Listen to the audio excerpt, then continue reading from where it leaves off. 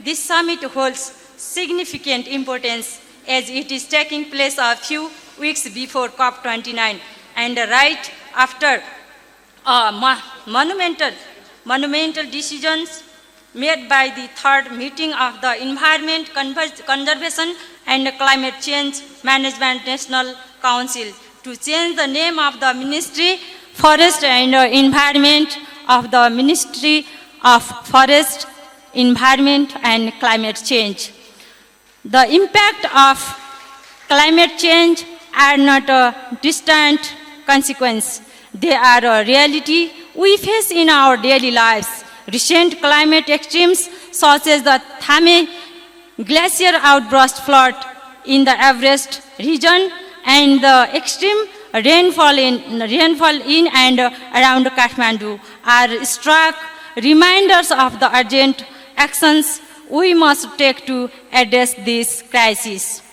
These recent events serve as fresh examples for the world to understand the climate crisis that Nepal is facing. We strengthen our argument at global stage. We now also have the results of an independent scientific assessment demonstrating that climate change played a role in the extreme flooding in the Kathmandu Valley and around. Recently, I had the privilege and opportunity to represent Nepal at the ministerial meeting organized by the COP29 presidency in Baku, Azerbaijan. Nepal was among a select few countries invited to the ministerial on the new collective quantified goal YANCQG on climate finance and the pre-COP ministerial. This invitation marks the first time in about 10 years that Nepal has been included in the pre-COP ministerial meeting.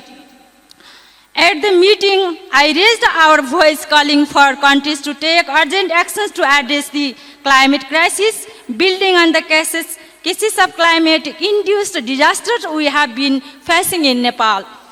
I asked all to view COP29 as one of our last opportunities to make decisive decisions for ambitious action to keep us on track to limit global average temperature to 1.5 degrees Celsius and to mobilize scale of finance to respond to the climate crisis.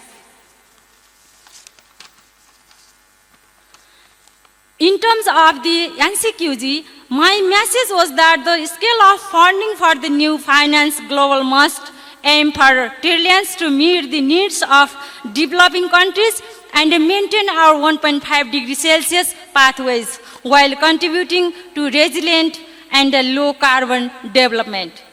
I also emphasize the need to simplify access to climate finance and to agree on definition of climate finance. Furthermore, I called for loss and damage to be an integral part of the YANCQG and fully capitalize the loss and damage fund so that resources can be disbursed to countries in need.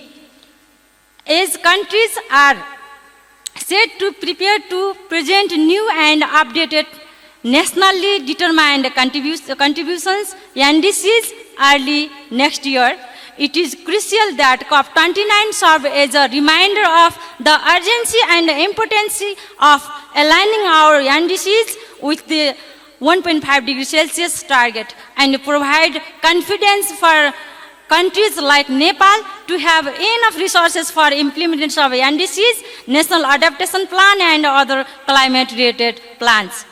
I also urge COP29 to finalize the remaining rules on Article 6 on carbon market, which would allow countries to use carbon market to raise ambition. I would like to take this opportunity to express my sincere appreciation to the Right Honorable Prime Minister and the Honorable Minister for the trust and opportunity given to me to represent Nepal at this important meeting. COP29 represents a significant milestone for Nepal. Among the key priorities of COP29, such as climate finance and rising emission in line with the 1.5 degrees Celsius goal. We must also use this event to highlight Nepal's legacy of prioritizing climate actions in mountainous countries. We also need to devise plans that address the needs of the most vulnerable, including women, youth, children, and disadvantaged groups. As our actions speak louder than words, we should also recognize our achievements in climate action, such as forest conservation, the promotion of electric vehicles, particularly public transport, and the generation of clean energy. Moving forward there is a much to be done to implement climate actions at the local level and address the needs of vulnerable communities waiting for our response. This can be accomplished through effective collaboration among all levels of government and in partnership with development partners, civil society, and stakeholders. Without taking up much of your all time, I would like to once again thank everyone for your gracious presence at the opening session of this important event, signaling your support for the fight against climate change.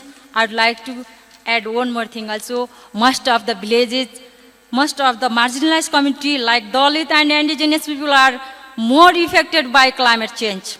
Most of the people are from that community are living near to the bank of the river and from the forest as well as living in the buffer zone.